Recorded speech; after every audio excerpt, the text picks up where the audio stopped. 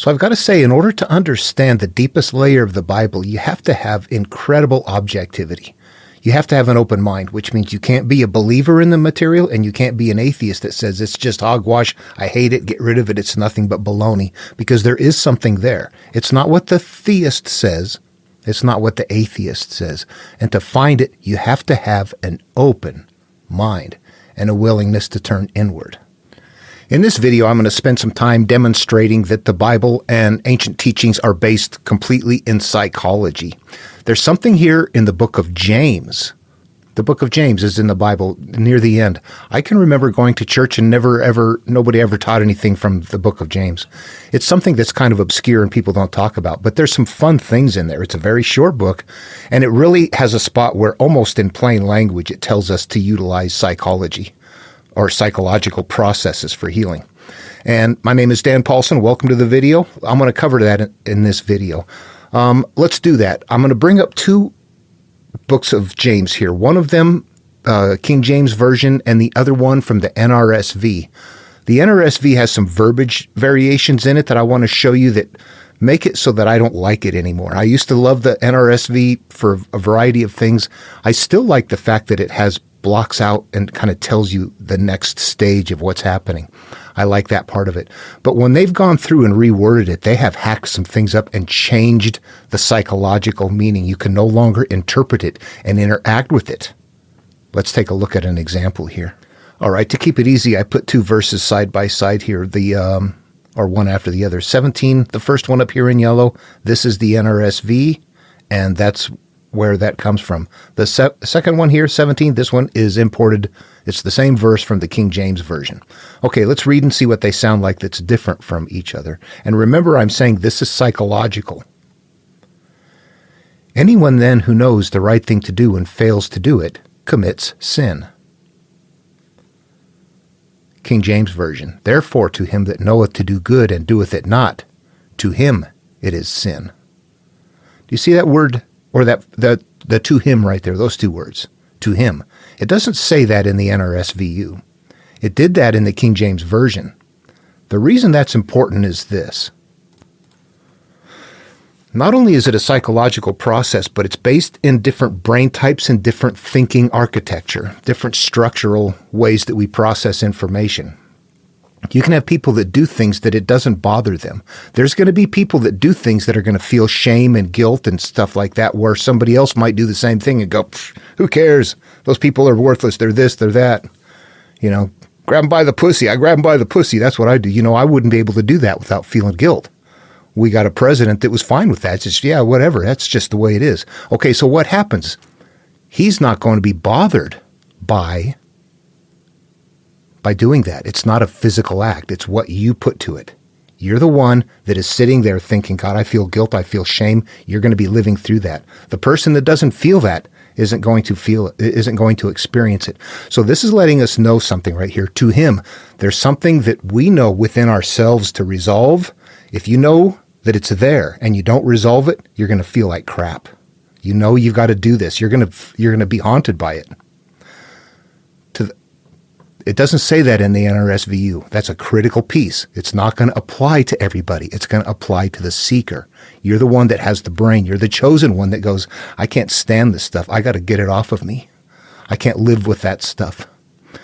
They don't take it on to begin with, or they just gladly live through it. We're different. All right, here's another issue. There's something that is encoded in the Bible, in the King James Version, in a numbering pattern, and words and nouns and verbs being repeated by a specific amount of times. What we have right here in Genesis is where it first starts. 7 and 3. It's going to start a numbering pattern of 7 and 3s. And on the seventh day, God rested on the seventh day from all the work he had made, and God blessed the seventh day. Seventh is repeated 3 times right here. It's 7 repeated 3 times. 7 and 3 both together. And Langton made sure to put it on verse 3 in a funky kind of a overlap, but he's trying to get our attention with that. He wants us to find this. We've lost it by not having the stories memorized anymore. People don't know them to this depth. But this 3:7 is going to be something that appears in all of Abrahamic material at the start of the stories. They're following a very schooled pattern. And just a brief overview of what that pattern is. When when the 7 and 3 appear there's two creation stories. And if you line them both up side by side, what you would have is 7, 3, Adam and Eve naked, unashamed in the Garden of Eden, all appearing at the same place. 3 comes from day 3, cause and effect.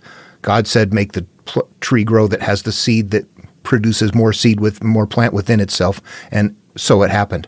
So right there we have a cause and effect. So what we're seeing in the 3-7 right here is that this is the beginning of a life pattern. You're going to start off from purity. Day 7, naked, unashamed in the garden. You've not yet lived life experiences, and you're going to live through cause and effect. Ready, set, go. That's what the 3-7 means. And in all the stories, it has to have that there. That's where we start from. Pure cause and effect. The story has to have that in there. They're standalone. They memorize them and pass them around verbally. They have to have all the components in them. If we come to the book of James, and if we knew it by heart, we would know that certain words are repeated a very specific amount of times. And we get to here to verse 3, knowing this, that the trying of your faith worketh patience. And patience right there, if I were to type that in over here, 7 times. We've got patience being said 7 times. So if we look up here, then we're going to see that acknowledgement is happening. They're following that story pattern. That 3 has got a word in there that's repeated exactly 7 times. In the same way that we had 7 being repeated 3 times in Genesis. Okay, there's some funky way that's always going to be happening. But what happens if we go to the NRSV? What they've done is they've changed patience to endurance. Produces endurance. Does that sound like the same thing? Endurance, patience. Boy, it's a stretch. We're looking for psychological approaches here, and they're just changing terms. But if we come over here and look, we see that endurance is only repeated 4 times. It's not repeated 7 times. It no longer is fitting with the Abrahamic 3-7 numbering process. Somebody dropped that either intentionally or they don't know what they're doing, and they're just changing words, trying to make it sound easier to understand. At the same time, they're dropping things that need to be repeated an exact amount of times. They're changing analogous terms, but only partially. Yeah, you can't use this for the number count. The NRSVU is out. Okay, what's happening is this. There are multiple layers to the Bible. The deepest core layer is an encoded layer that is holding that psychological process, but within the words, it's letting you know based on how many times a word is repeated, whether it's a good thing or a bad thing. For example, when Noah was naked and drunk after the flood, nakedness was repeated 5 times, which is on the list. And I don't recall the other one, drunk, it's like 12 times, which is a good number. So what this represents psychologically is drunk is an analogous term that's a good term, which means I have a good feeling, and I'm naked. Adam and Eve were naked and unashamed in the garden before first sin. Then they got covered. What happened? The flood happened. This represents we just became uncovered. So naked and drunk is a good thing. And the numbers have to repeat the exact amount of times because they come from an encoded process that's held in analog farms or lineages. Very complex lineages in Genesis. But people not realizing that there's a reason for the cryptic nature of the verbiage. You're supposed to unwrap these analogs. They're trying to make it at the layer of religion. Here is and that's the carrier shell, actually. That's the ark itself. It's not the deepest nested teaching. So in trying to shore up the religious structure itself, the relinquish it as opposed to resolve it, the turn inward, it's to give it away. That part becomes stronger and stronger, while the part that gives you the instructions to turn inward disappears. It goes away. All right, let's just go back to the King James Version of the book of James, and I'm going to point out some fun things in here. Let's take a look at some stuff. So there's our 3-7 acknowledgement up there. And when we get down to verse 7, sometimes we've got a 7 and there's something here that's repeated 3 times. It's not always a 3-7. Sometimes it's a 7-3. This is a very short, only 5 verses, or 5 chapters. And so it's a short book. But when we see here on number 7, don't let man think that he's going to receive anything of the Lord, which is kind of interesting. It's kind of void there. Receive is repeated 7 times. But then we get into 8, which is the sin state. That's first sin. What do we see? A double-minded man is unstable in all his ways. We see the division happening. It's sequencing in the story as a 7 and 8 in there that we wouldn't know unless Langton labeled them for us. But if you look, you go, oh, I see that. I see that. Look at something else down here. Here in chapter 3, verse 3. Behold, we put bits in the horses' mouths that they may obey us, and we turn about their whole body. That's cause and effect. We put bits in the house. That's like anchoring something. We control what's happening by putting a bit in the mouth. We have continual trees coming up from the seeds that have been planted from the trees themselves. This thing is continually occurring. So there's a cause and effect right there. And when we get down into 7, for every kind of beast and of birds and of every serpent, of every things in the sea is tamed. Now these all represent things in you, the beast, the birds, the serpents, and the things in the sea. This is from within us, is tamed and hath been tamed of mankind, of the worldly choices that we've made. We started out pure, then we judge life, then we later on try to let go of those judgments. We're looking for the purity of, again, for every kind of beast, and all of them is tamed. We've resolved them and have been tamed of mankind. You see the puzzle in there? This is a pure state, and a 7 and a 3. It gets a lot deeper, okay?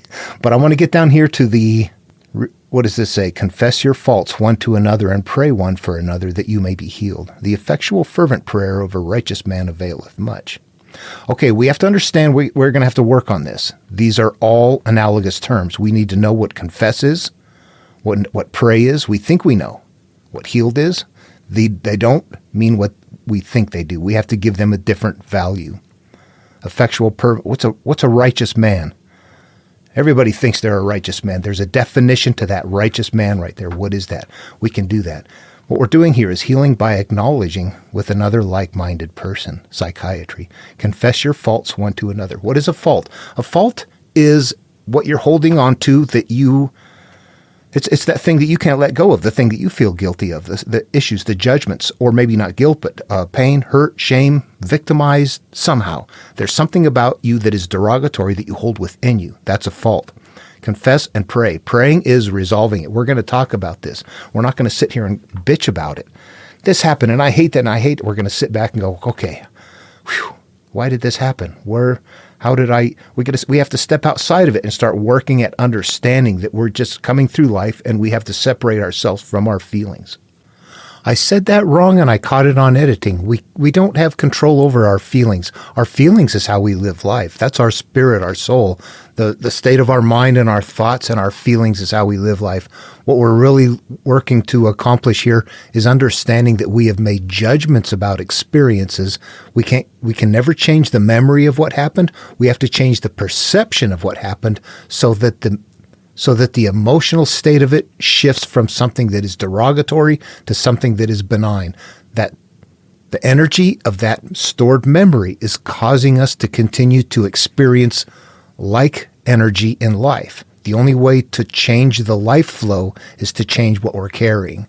That's what we're really doing. It's not about the emotions. You use the emotion to determine the quality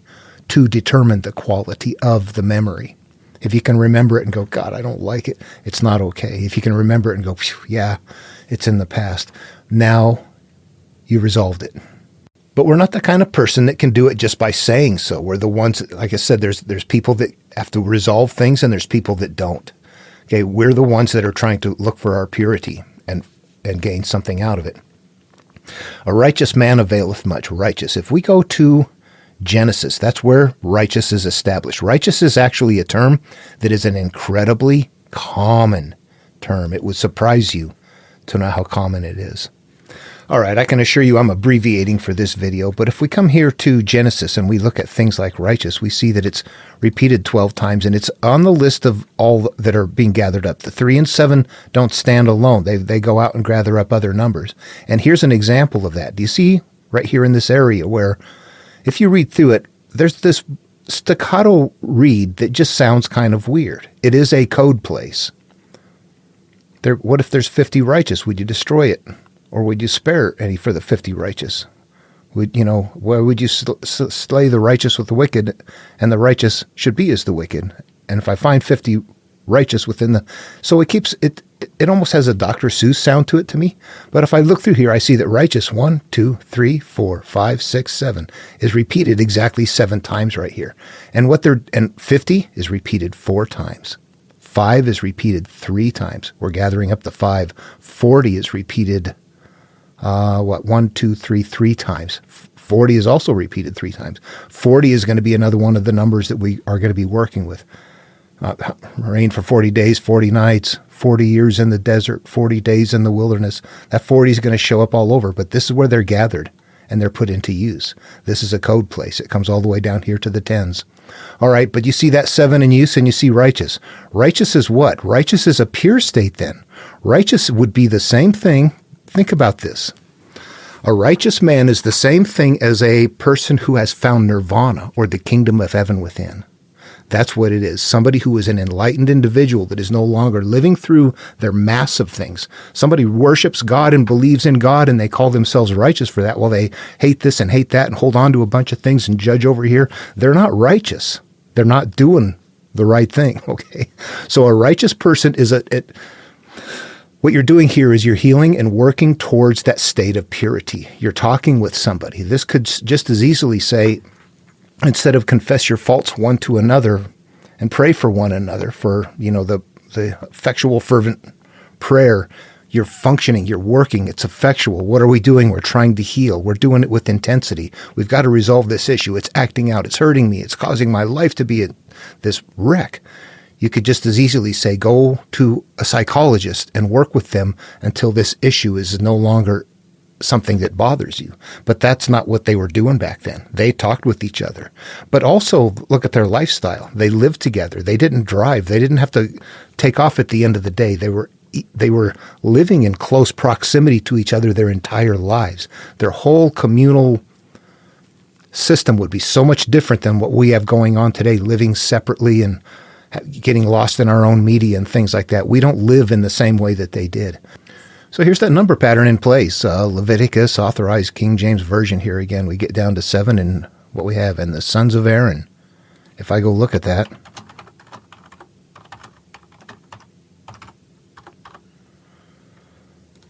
There we have it. 7, 3. Okay.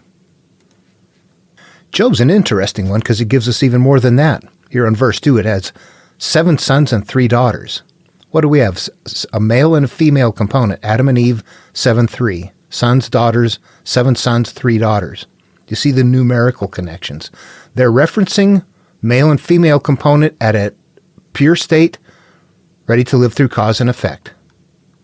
We get down here to 7, and we see that walking. 3 times. Okay. Job's on the template. In Isaiah, it's on verse 3. Ox and ass are both repeated 7 times in the book of Isaiah. All right, from the book of Ezekiel, we get down into 3, and we have the hand of the Lord repeated 7 times. Down here in 7, we have feet, feet, feet, said 3 times within the verse. You see the repeat feet, feet, and feet right there. That was like the 7th, 7th, and 7th on 3. Now we got a feet, feet, feet on 7. 3 on 7. All right. Simple coding process. It's just in repeats.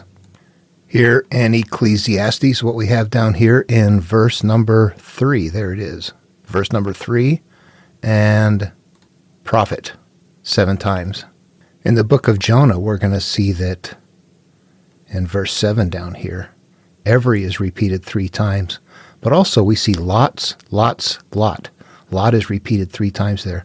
That's another technique that shows up from time to time.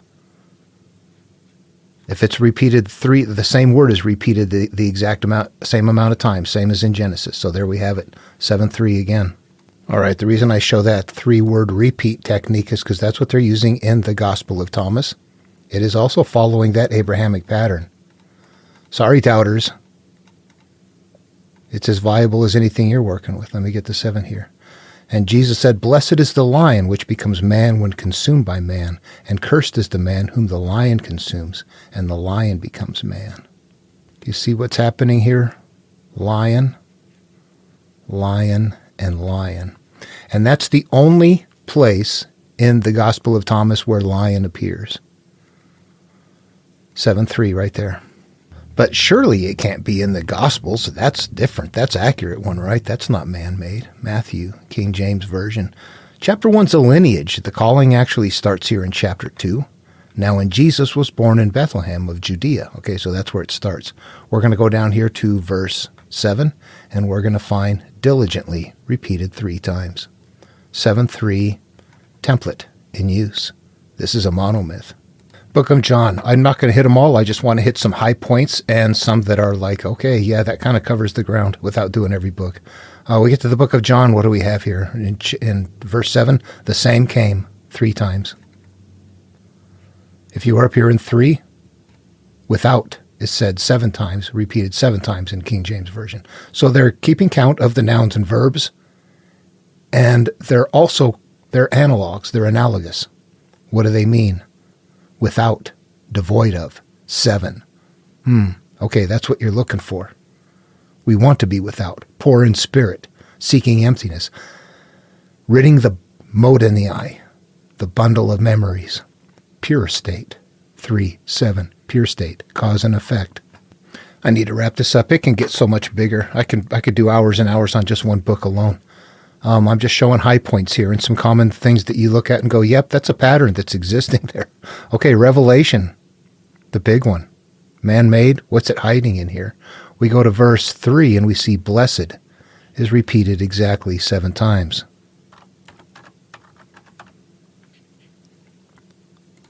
We have our 3-7, blessed, 3-7, pure state, beginning. We get down here to verse 7, and we have even so, repeated 3 times. Even so. So we've got our 7-3 right there. Both of them in the beginning. All of them, you'll notice they're in the beginnings, at the beginning of the stories. That's because we're starting out at the beginning. We're starting out in Eden. We're starting out at 7-3. These get thick. They're not easy to read, but they're patterns to follow for a psychological path to self-healing. In fact, that's really what the crux of it is. The teaching is that you're a product of your judged memories, and that you need to go resolve those judged memories in order to live a pure, free life. And that in order to do so, it's psychology. You must talk it out with people. We hold ourselves with so much shame. We have these barriers up that we can't get through, and there's this fear. It's a natural fear, a fear that it would be like a fear of a lion coming after you. All right, so the fear is normal, but the fear is like so strong, it's like you're feeling like you're about ready to die when actually you're just hiding something that you're ashamed of or hurt or something like that. But you notice it continues to hurt. And not many people are going to do this. And if you try to talk it out with you have to find the right people. It says, what a righteous man availeth much. You need to find people that understand what's going on. I've tried to talk things out with people in the past who said, God, shut up, get away from me, forget about it, let it go. Meanwhile, you're like, God, I can't. It's haunting me. I got to resolve this. So you're trying to find ways of resolving it in a world where people don't like to resolve things. You're going to be a rare person. And it's going to be difficult. It's going to be hard to do, but you're going to have to persevere and have patience and work through it. And that's the story. Anyway, I wanted to cover that here. That was so clear. Confess your faults one to another. What is that? A fault is not that I desire to go do something and I don't know what to do about this. It's all of the judgments that you have. A fault is a judgment that you've made that you're now living through that is hurting. An agreement. Don Miguel Ruiz. What are these agreements? I was told I was a piece of crap, so I believe that. Now I'm living my life as a piece of crap. That's not okay. That's a judgment. You discuss those out with people until you go, okay, I see what happened. I'm not that. It's a mental process. It's psychological. But the psychology changes the life and the flow in an energy field in a collective in the universe. So it's not just a matter of feeling better. It's that your life will actually function better as a result. You resolve the odd against your brother and then come and give your gift, and your Father who sees in secret rewards you in secret. You don't have to go talk to God. It'll just happen resolve the stuff, and life works better. That's what it's telling us. However, most people aren't going to do that, so the religion does something different. The carrier shell does something different. It guides the blind masses. However, you can see as they modify it, they're losing the material that we need to find our way into it. The core layer is being dropped from later versions. It is. All right. Hope the video was interesting. Questions, comments? I'd love to hear it. Talk to you in the next video.